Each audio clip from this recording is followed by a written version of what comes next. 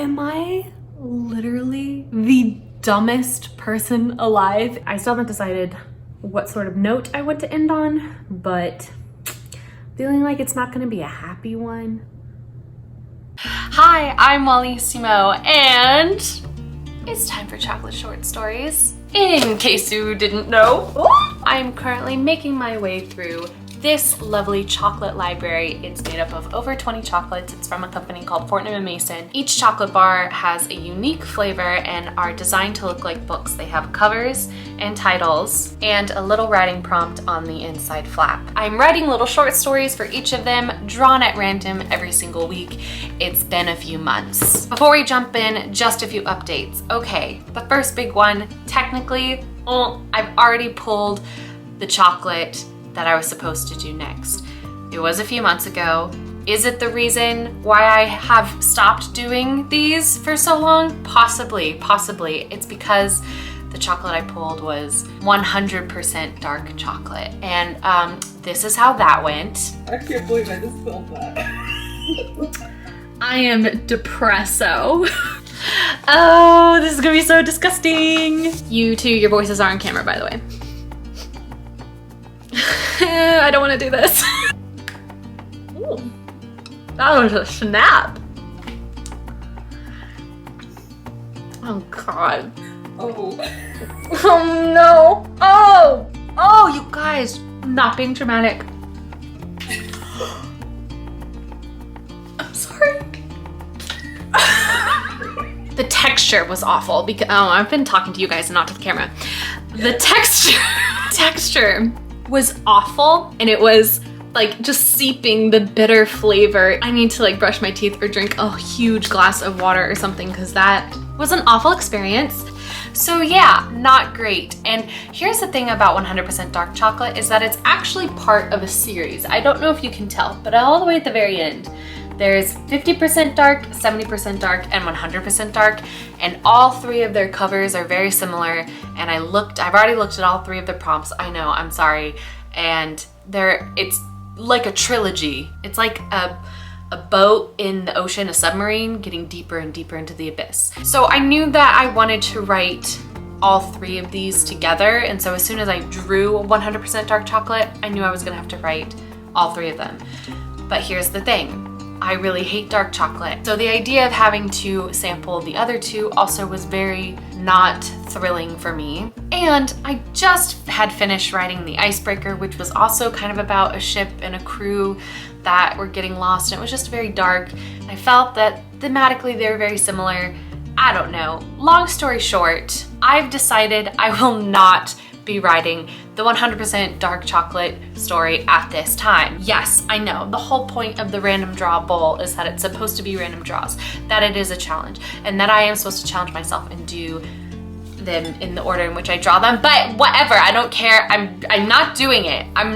That's Future Wallace's problem, okay? The 100% dark chocolate, the dark chocolate trilogy, that is Future Wallace's problem, and that's that. So now that we got that out of the way, I will be drawing a new chocolate for this week. The other piece of news, before again we get started, really quickly, I ordered 6 more chocolates. They are different than the ones that we already have. These are new, and I've added their names to the bowl. Okay, shall we choose now? Gotta mix it up really good. I just want something fun. I want something fun and happy for the spring / going into summer. I just want a fun story. I don't want to deal with someone figuring out that they're about to die or their whole crew is about to die or anything like that. I'm done with that for now. Honey, you've got a big storm coming. Oh God. Why do I get so nervous every time? Oh my God, what is it? Okay. It's milk chocolate with salted almonds. I am here for it.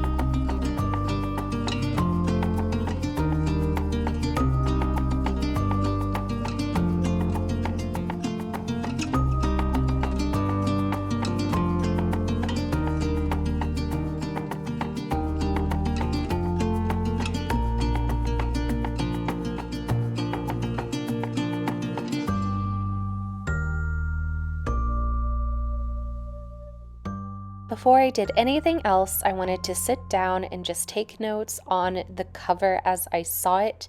I wanted to do this before reading the prompt so that way I could just know what my first impression thoughts of the title and the cover were. And the prompt is, when their homeland is threatened by rising sea levels caused by men halfway around the globe, the brave inhabitants of Almondo Island must risk their lives to find new beginnings. First and foremost, I have taken out the cover and I've looked at the title, looked at the cover, taken my notes, looked at the prompt, and we're gonna consider all of that, but this is the most important part. It's time to eat the chocolate. Also, I painted my nails to try and match the cover because that was something I said I was going to do all the way back with lavender, and then I didn't do it for the other two. And I'm gonna start doing that again because I think that's a fun little detail. Let's try this chocolate.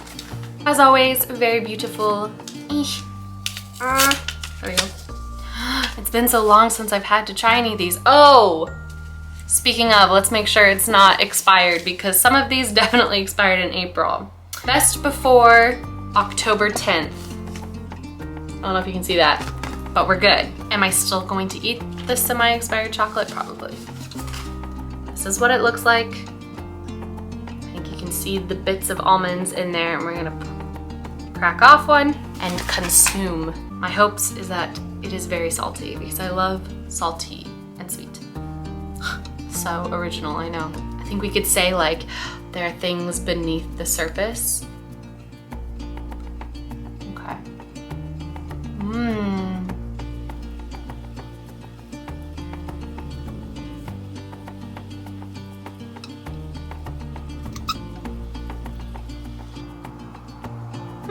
Okay. Here's the review. Their milk chocolate is always solid.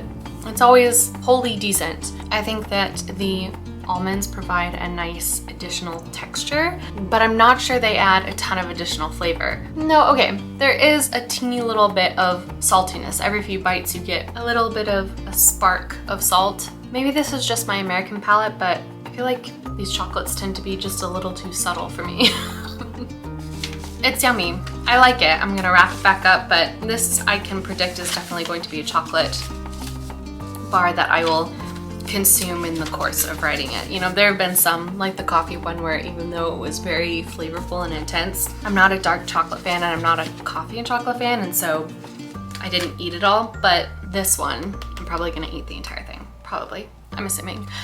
Okay, so there we go. That's the taste test. I'm gonna do some more note-taking, brainstorming, and maybe a little bit of research. I don't know if this place exists. Almondo Island. I don't know if this exists, so I'm gonna have to look into it. And then it'll be time for chocolate short story number 4. Forest that floated. Chocolate short story, Forest that floated. Oh, I hate myself. Okay, bye. Hello. Yes, I am back in Florida, if the waves in the background weren't obvious, but this time I actually brought the chocolate with me, so I can actually work on the story. Yay! Excuse my hair, I have been traveling all day. Whatever. I have my author journal, I have the story. We have dinner reservations in like an hour, but people are sleeping, so I'm gonna take this time to do a little more brainstorming. Again, apologies about the hair. You're currently being propped up on a little seagull figurine. I hope you don't mind. Just so I can remind myself, because it has been about 4 days since I've looked at this. The prompt is, when their homeland is threatened by rising sea levels caused by men halfway around the globe, the brave inhabitants of Almondo Island must risk their lives to find new beginnings. Okay, so first of all, I did some researching and I could not find an Almondo Island, which means this isn't a real place, unless it actually is. And then I apologize for not having good enough research skills to identify where Almondo Island is. Hi, Editing Wallace here. If you're currently screaming at me from your seat, don't worry. I do eventually figure out the name. Don't worry. It does happen. I promise. But since I could not find it, I am going to move forward with the idea that it is not a real place, which means I don't have to set this on Earth. All my stories so far have been set on Earth, so I'm gonna set this one not on Earth, and we're just gonna brainstorm with that. Ah! Sorry. I hope that did not hurt. Someone is driving recklessly. This framing is horrible, but you're in a very precarious situation. One of these days, on one of these short stories, I want to do all this research on how to actually write flash fiction. I don't know if this is the short story in which I'm going to do that though. Anyway, I have my prompt. I'm just gonna, like I said, take an hour or so and write down some ideas. And so that's what I'm gonna do. Okay, time to time lapse, woo!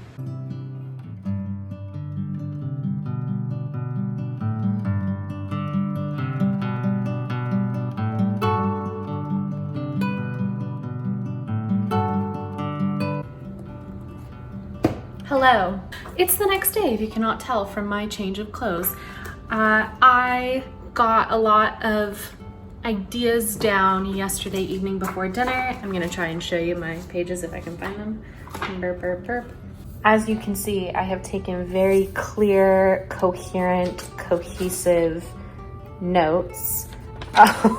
Here is where I'm at for The Forest That Floated. Because it has to be 500 words or less, I have to be very selective with what I try and discuss and write about. The moment and scene that came to my head is the idea of someone just before they get on a boat to leave their homeland forever because they know it is going to be inundated and flooded. And I was trying to think in my head sort of what that person would be feeling in that moment, especially because the prompt specifically says that the reason the home is flooding is because of actions of people halfway across the world. And I feel like, of course, there would be a lot of anger and a lot of considering all the things that have led up to this moment and how it could have been prevented. And I have this line that I wrote down, and it goes, I can't find it. Also, I cannot read my own handwriting. Okay, here it goes. The anger came and went and will come again. But in this moment, God, what an emptiness I feel. And I kind of want to glom onto that specific line. But here's my thing, right? Is that I feel like the last story I wrote was also kind of depressing. I just don't feel like there's a way to write this, for me, in my mindset. I don't think there's a way for me to write this in a not depressing way. I can tell the prompt wants me to go a little more like on the hopeful route. You know, it says the brave inhabitants of Alamondo Island must risk their lives to find new beginnings. It sounds very like, oh, we're off to have an adventure. But the adventure can come later. For now, in this moment that I've decided to settle on, that sucks. You're leaving your home forever. You're never gonna return. And I'm stuck right now between really exploring the sense of despair versus giving that light of hope at the end or somewhere in it. And this sounds so cynical because I really do believe that hope is such a powerful emotion and such a lovely emotion. But at the same time, I think it is something you can hide behind.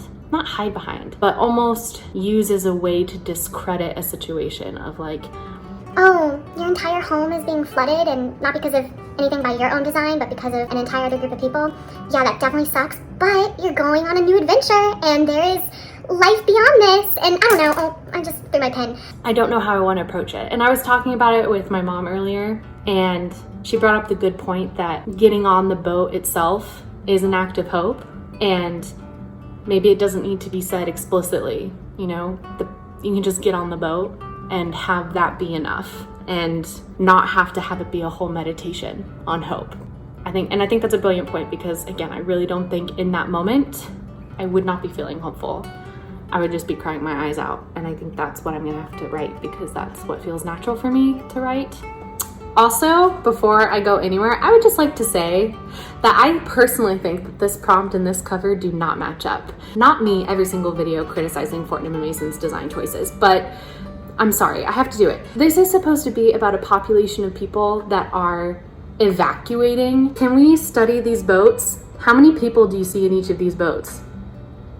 It's a little blurry, but if your answer is 1, you would be correct. Am I exploring the wrong thing here? Should I be exploring? Wait, should I be exploring the like extreme injustice that they've only built rowboats and only like the strongest can move on? 1 boat per person. What about the children? And also, there are only 3 boats. There are only 3 people. Anyway, the cover and the prompt don't match up. I'm just gonna say that. But I'm gonna follow the prompt. I'm gonna follow the prompt. Even though I kind of want to follow the cover. No. I'm gonna follow the prompt. Okay. I'm gonna sprint now. Bye. All right, the Discord is up and running. We're about to start a sprint, but not for a few minutes. So I'm going to finish up a video I was watching and I'm going to eat a snack.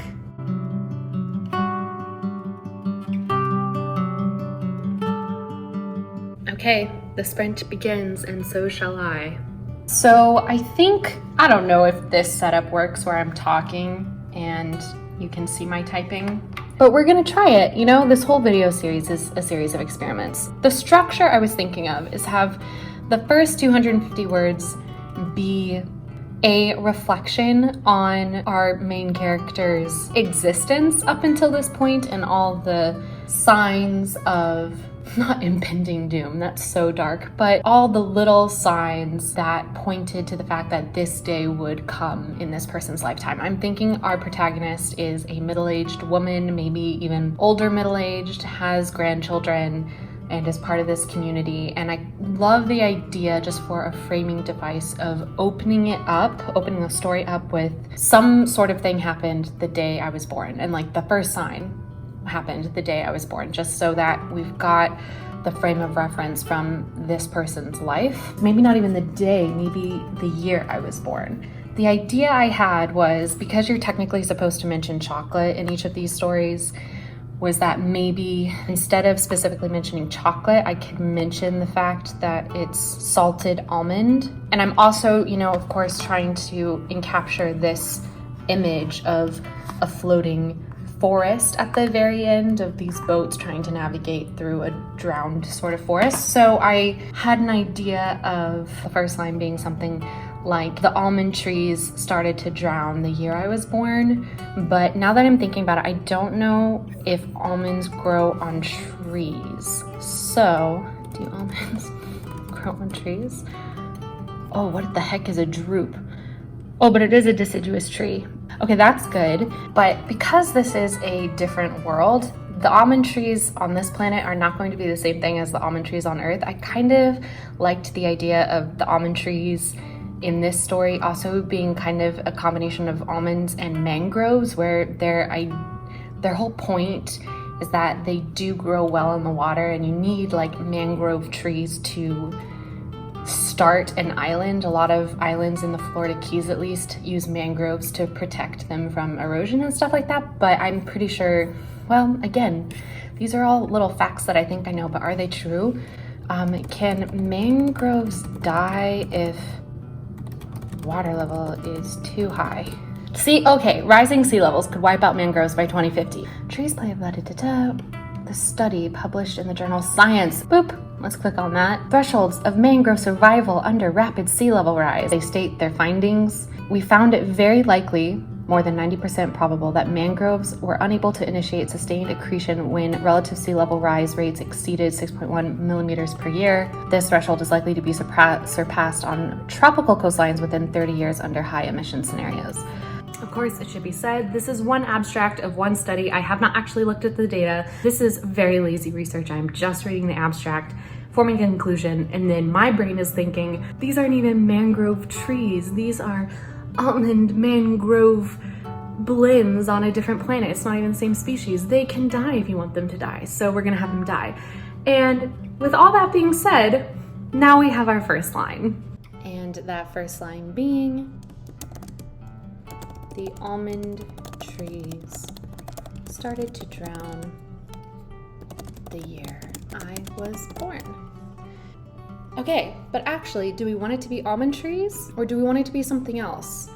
This is supposed to be a different kind of world. I don't know, I'm gonna put in a different word. In my notebook, I have it as the whispering trees, before I came up with the idea for the almonds, and we're gonna have that as a placeholder, so I'm gonna add in a comment.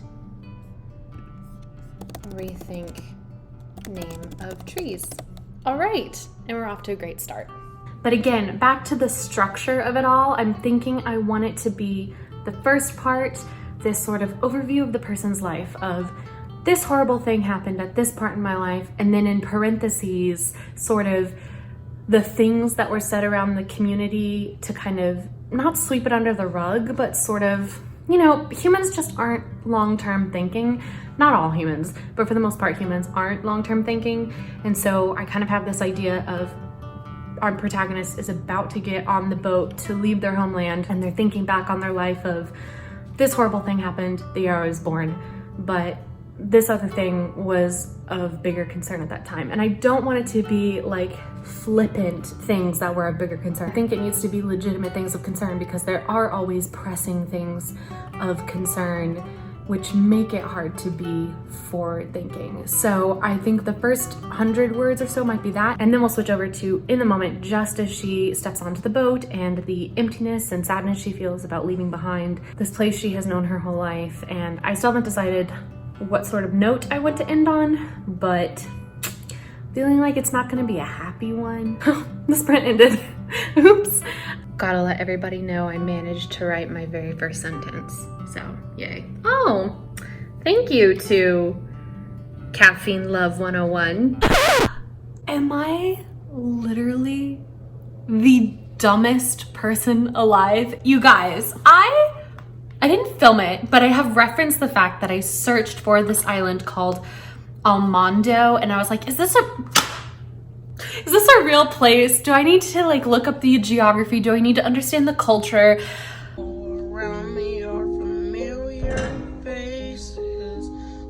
Almondo, you guys, almond. It's milk, it's almond milk chocolate, almondo. Look at this word. Look at this word. Look at this word. There you go. Look at that word. Almond. Oh, are you kidding me? I was sitting outside on my porch yesterday and I was all like, I did research and I'm really sorry. Sorry to this island if it is real. How many of you were like, oh my God, she is so stupid. Space Cadet Wallissimo. Dumb as hell Wallissimo. Are you kidding me? Almondo? And I missed it. I missed it. It wasn't until I was literally reading the Wikipedia article for almonds and thinking about what I should name this stupid kind of tree. And I was like, oh, what if I could name it after the island? Because it's that kind of tree. And I went and I was like, almondo trees?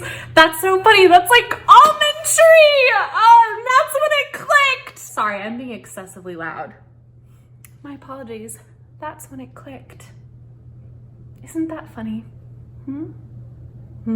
Hello, just a little update. It is about 10 p.m. I stopped working a few hours ago. I know at this point that I'm not going to continue to work, which is why I'm going to give you my daily update now. I have, for the forest that floated, about 323 words. I've got about roughly 200 more words that I can play around with. I'm definitely in the part of the short story writing process that I hit every single time, and by every single time I mean I've hit it the past 3 times I've done this, where it just feels like it has no heart. It feels very, what's the word? It feels like a tide pool that thinks it's a trench, if that makes sense. For example, I have this whole little paragraph where our protagonist is thinking about how when the people of the island started to take the fact that the sea level was rising more seriously, and they're talking about, oh, and then they started to place blame on the magicians across the world, and the line is, and we raged at the magicians in the north for pulling the moons closer. And then my next line, which I have separated and isolated all by itself, is, but what good is rage against curses and tides? I might change that to against tides and curses. I think that sounds better. But I think that's what I'm trying to say when sometimes I feel like a tide pool that thinks it's a trench, because do you know what I mean? Where it's like, I'm trying to be deep, but is it deep or is it just nonsense? That's the, whoa. Scrivener just alarmed me greatly by going from all white to dark mode, and I was not expecting that. That was unnecessary and uncalled for, but also good for my eyes, so thank you. Also now, instead of considering the larger point of whether or not I'm actually being philosophical or if I'm just being fake deep. My brain has instead chosen to focus on specifically if it should be, but what good is rage against curses and tides, or what good is rage against tides and curses? And whatever it ends up in the final story will be a surprise because I don't even know. But anyway, that's my update for the evening. Hopefully I work on it tomorrow, but if not, I'll see you when I see you. Bye.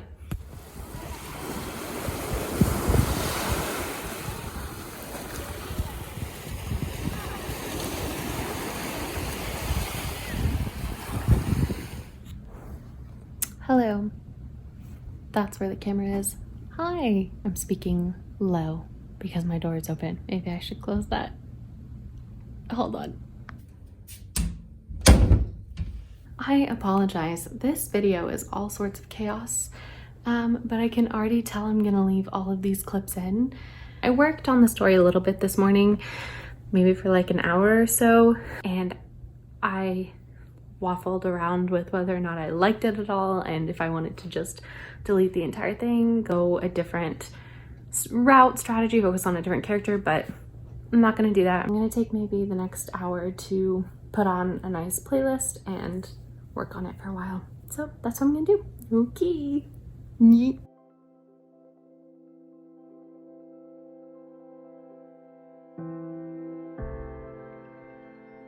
So right now I have it set up, the like flow. I have it set up in these kind of broken up sentences where the first part of the story is the protagonist thinking over their life and all the signs that led up to this moment of having to leave their home. And each time our protagonist reflects on something that happened in her life, she's interrupted by this second speaker in the parentheses. I've been pointing at this and realized you can't see where my finger is pointing. So what I'm talking about are these little breaks where it's in parentheses, and this is meant to be a second speaker and not necessarily fully departed from our protagonist. Could be her own inner thoughts, or it could be someone else.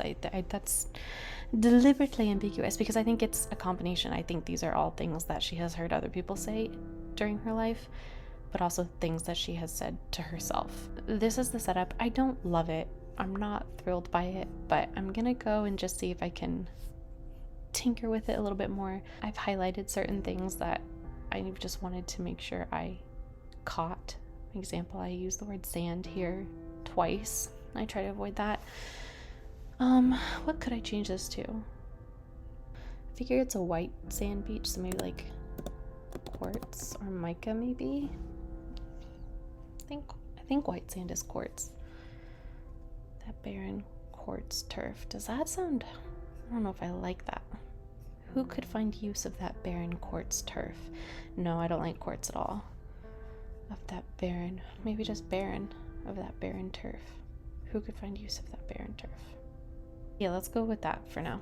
So I'm gonna go give it a read through, address some of my highlights, just see if I can inspire myself, because right now I'm feeling a little uninspired, but I think that's probably a result of spending a portion of the day out in the hot sun and feeling a little pooped. So, yeah.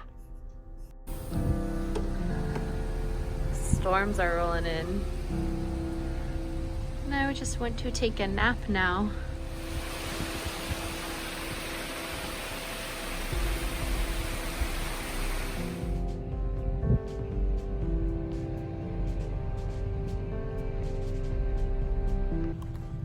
Hello, I have no update for today other than to inform you that I have in fact finished the chocolate and I enjoyed every second of it. Bye! Good morning. Actually, I believe it is afternoon. It is my final few hours in Florida. We are about to head to the airport, but just wanted to give some quick updates. So, ooh, look how pretty the ocean is. Anyway, I have, I believe, a finished draft of The Force That Floated. It is exactly 500 words because I understand the assignment always. except for when I don't. Breakfast in Bogota, anyone? I sent off my draft to Katie Ann, and because she's so amazing, she went over it and just scoured it for grammar errors, gave me her thoughts and stuff. And I'm super happy with her comments. I think there are some things I could do to clarify the timeline that's going on. She was a little bit confused about the fact that, you know, we move from someone reflecting on their life to the present moment as they're about to leave. So I just want to write in a few things that hopefully clarify that. But for the most part, I think it is basically good to go for the level at which I always release these out into the wild, with the understanding that they're not perfect, and they're not even close to perfect. They are not. They're first drafts, basically. First drafts 1.5. I still have not decided about curses and tithes versus tithes and curses.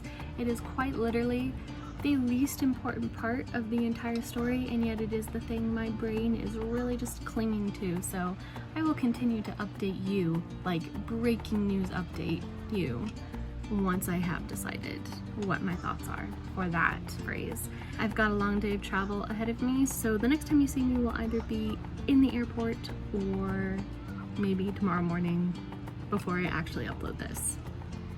It's really anybody's guess. Oh, and I also forgot to mention that I realized I've been having another Complete Space Cadet moment this entire week. You know how I was making fun of the cover for saying that this is an evacuation from an island, and yet they only have rowboats for one person each? Well, if you look at the cover, which I don't have it with me, so I'll just put it here hopefully. If you look at the cover, those boats are supposed to look like almonds. Once again, I just completely missed the point. I really should have not gone a depressing route with this story and should have focused more on what if they were tiny little people whose world was about to flood and they had to carve out rowboats from almonds and paddle the almonds across a tiny little puddle, but to them it was an ocean, you know? But my brain just wasn't feeling cute when I first came up with the flow for this story. But I did finally come to the conclusion that the cover is well designed. I just completely misunderstood it is the point, but that's okay. I'll pay better attention next time. She always says. One of these days I will write a decent short story. But today is not that day. Boom.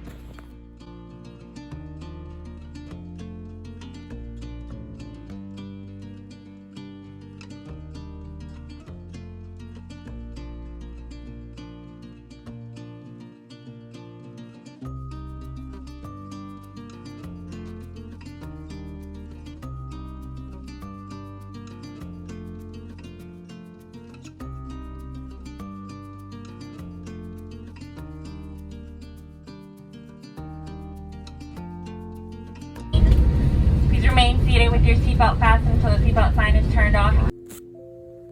Hello! It is Thursday, which means the video is going up today. How the hell am I gonna edit it in time? Who knows? Well, first of all, the story is done because I've run out of time. So like I said, it's just going up as it is, version 1.5. If I had to give my final thoughts, I would say I don't think I ever made it out of the tide pool, unfortunately.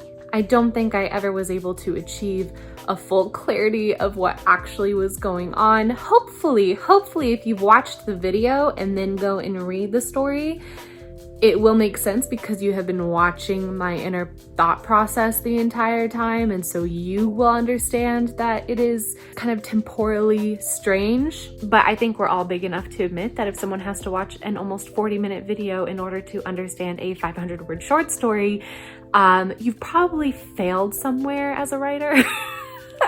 But I can also just hide under the guise of trying to be mysterious and ambiguous and literary and figure it out for yourselves, because I'm not here to baby you. So that's the attitude I'm going with. But yeah, that's basically the end of it. This story is up. It's gonna be on my Instagram, but it's also gonna be down in the description. The Instagram post will also be linked in the description if you wanna go see the pretty Instagram pictures. Now, for the final, most important update. I could not decide about curses and tides versus tides and curses, so I sent a pleading message to the Troublemaker group chat and had Steve, Devasia, and Katie battle it out.